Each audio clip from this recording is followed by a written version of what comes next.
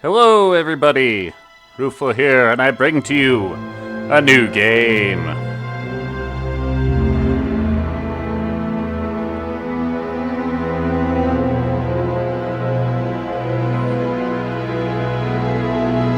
A game which was brought to us by Sony Computer Entertainment of America.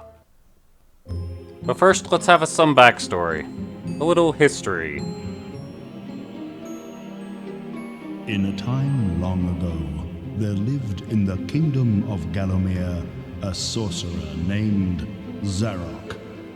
This arrogant, pitiless man hated his fellow citizens for their simple and peaceful ways. So he raised an army of demons and set out to take the realm for his own. The king's champion, Sir Daniel Fortesque, led the militia into battle against this unholy horde. Songs are still sung of how he spearheaded the charge deep into the accursed multitude, how demons fell before him like wheat before the scythe, and how at last, though mortally wounded, he destroyed the sorcerer utterly.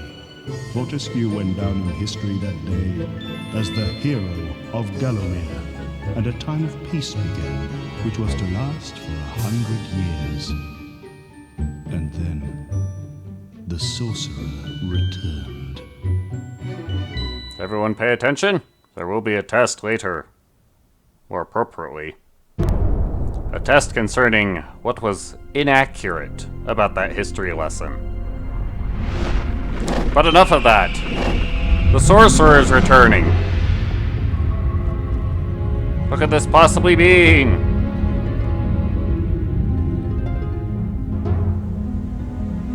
Well, it means the lands of Gallowmere are in trouble. There's our sorcerer.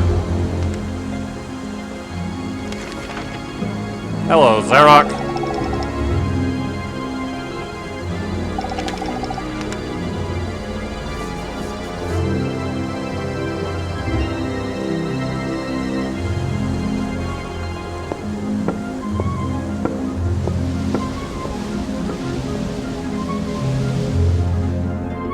Off he goes to hatch his foul plan.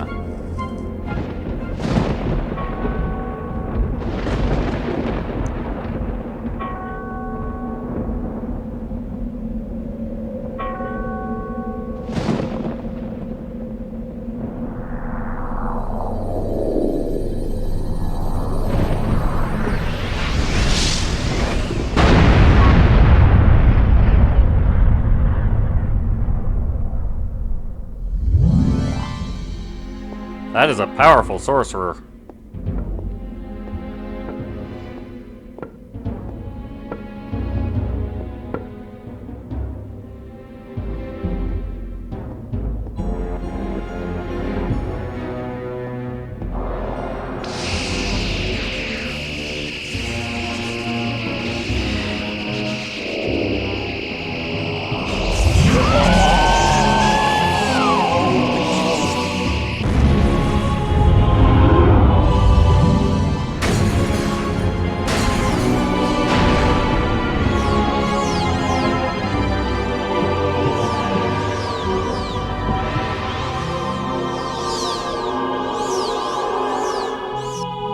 And he has stolen the souls of the entire town.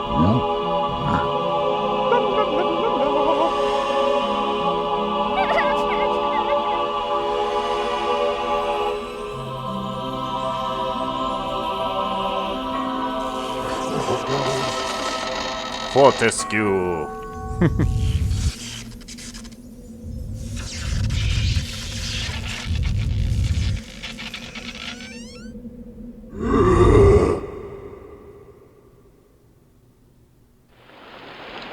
Who could possibly save the lands of Gallowmere? Folks, let's play MediEvil.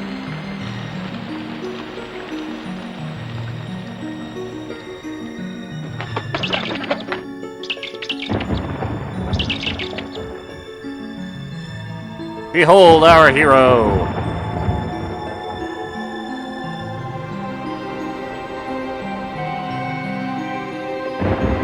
Let us begin. But what will stop the sorcerer? Well, funnily enough, his own magic. He's going to raise one corpse too many. Behold what actually happened in history.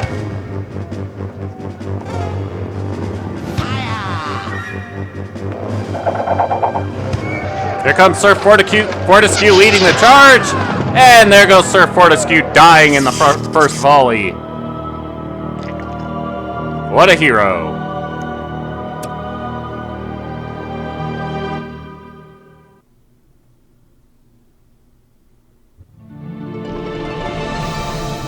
Took an arrow right to the eye.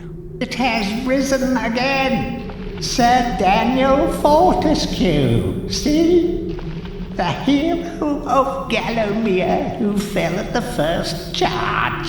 Oh, don't rub it in. The fog of war and the shrouds of time conspire to turn the arrow fodder into the savior of the day. But we knows better.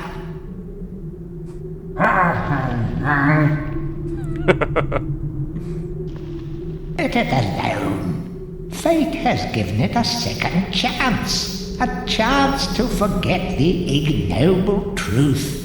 A chance to defeat Zarok and live up to the legend. We hopes it does well.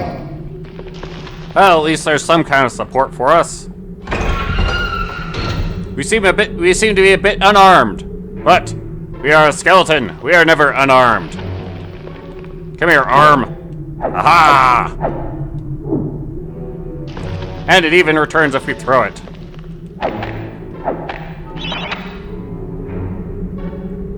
Yeah, we must be a little bit out of shape.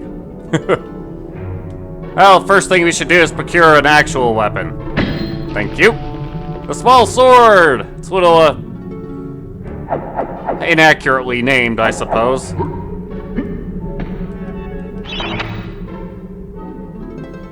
Ah, ready to leave the crypt. You'll find an exit at the end of the hall. To unlock the gate, you must find a rune stone and put it in the ornate hand. Right. Suppose we better find that rune stone. It's over here. To do a power attack, hold down the circle, the square. It'll look something like this. Yay! Feel free to paddle in shallow water, but don't try to go for a swim. Buoyancy is a problem for the dead. Shallow water! We're fine. Whack! A shield! Hooray! You can block with the triangle. Any treasure you find goes to the coin score. This is used to buy ammunition chiefly. Ammunition for what? We've no projectile weapon. Well, that's actually kind of over here. There are your travels. Collect many items. Be sure to manage your inventory. Yeah, we've not got a lot of inventory to speak of. But over here we have projectiles of some sort. Throwing daggers. And a life bottle. Let's open the gate and be on our way. We have a wizard to stop. We'll be able to track him down by looking for these green sparkles. Such is efficiently our goal in every level. But from Dan's crypt and into the graveyard. Let's go, Sir Dan.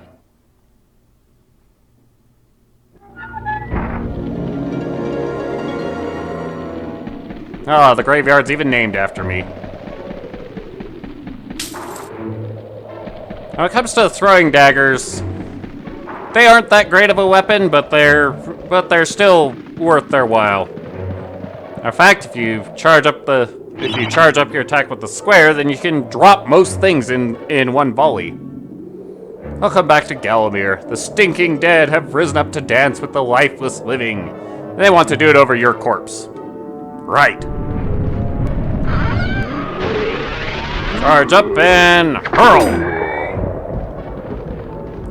Fully charged, the throwing daggers will throw 3 daggers. And that's enough to drop... That's enough to drop any early game enemy.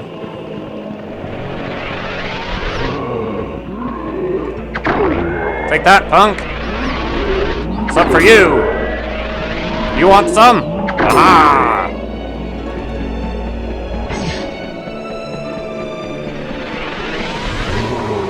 And you. Yeah. Get down. That's usually sufficient. If you take any damage, these fountains of health will help you. As you can see, we've actually got a lot of hit points.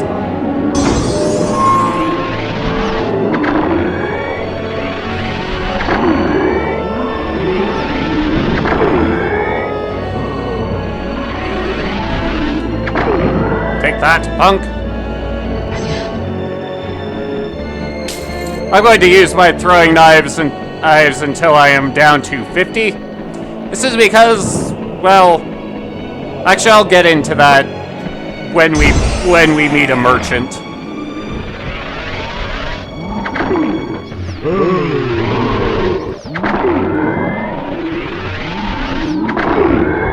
Take that, punks. And some knives for you. Alright, on to the sword. Nothing remains hidden under the gaze of an angel. Oh look, an angel. What exactly does the clue mean? The gate the angel faces will be open. But there's no gate over that way. There is, however, a gate over this way. Spend a lot of time fighting the camera in this game, but that's usually not too big of a problem. What do we got over here? Aha! Another life bottle and money. Ow!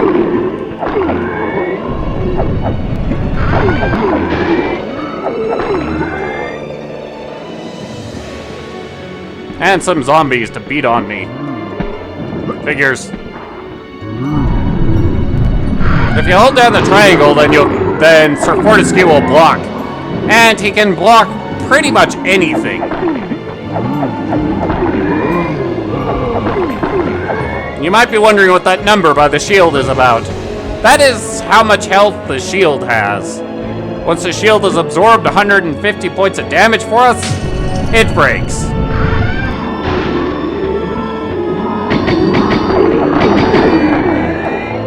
Like so.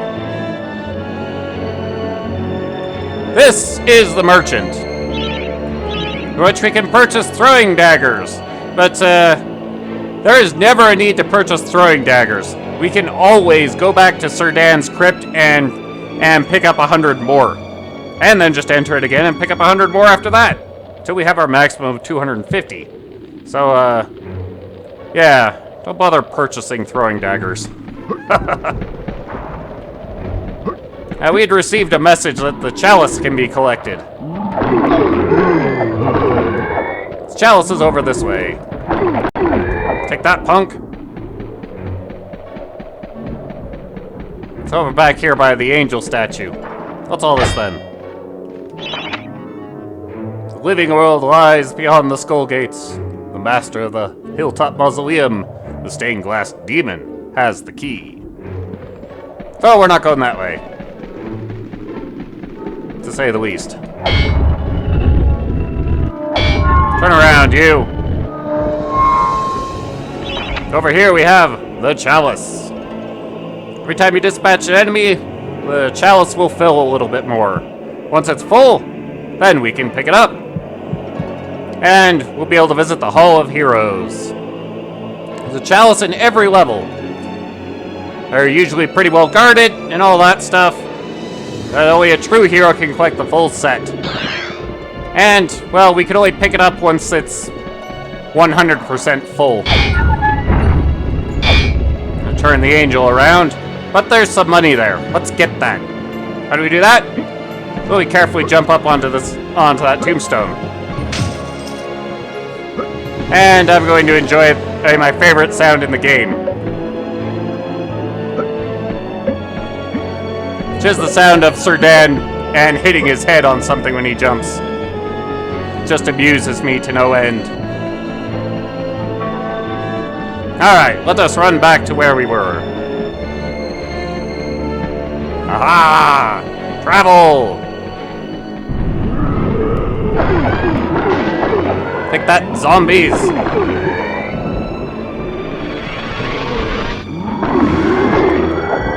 And you!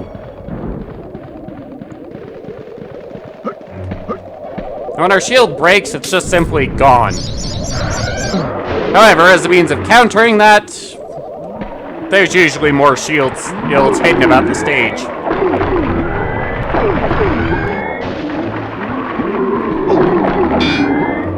Take that, punk. See, there's us a replacement shield.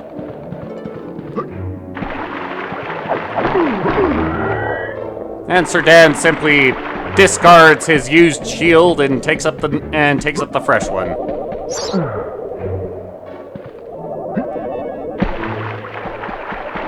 But over here, we have the end of the level. Hello, sir. Tread softly. Zarok awaits beyond these gates. The master meets with the demon from the mausoleum, hatching plots of purest evil. Forgotten nobodies would be wise to make themselves scarce. Right. Well, I'm not a wise person. But since we collected the chalice, we get to come to the Hall of Heroes. What will we find here? Well, this gargoyle will explain. Welcome to the Hall of Heroes, where the bravest warriors from history spend eternity, feasting, singing, and arm wrestling. If they think you're worthy enough, you may be able to persuade them to give you a new weapon. Such is the goal of the Hall of Heroes. Pay homage to the heroes. Stand in front of their statues and await guidance. Well, actually, the real purpose of the Hall of Heroes and collecting the chalices is, well, that's a familiar looking guy. That person does not wish to speak with us. No one upstairs wishes to speak with us, so the stairs are a bit ghostly. This person wishes nothing to do with us. Aha! Captain Fortesque, it's me, Canny Tim. Does the battle go well? How I wish I could fight at your side again, sir. But hold, you could take my crossbow. It's got rapid fire and you can ricochet the darts off walls to shoot around corners. I used it at the Battle of Gallowmere. After you were slain, I shot Zarok's champion, Lord Kardok. A clean kill through the eye at some 1,000 yards. And we will accept the weapon. Not that there's anything clever about shooting someone in the eye, sir. Oh, goodbye, sir. For any who might have missed the joke there, Sir Fortesque died by being shot in the eye. That is why he only has the one now. But that will do for now. Next time, we will move forward. We'll see you then. Later.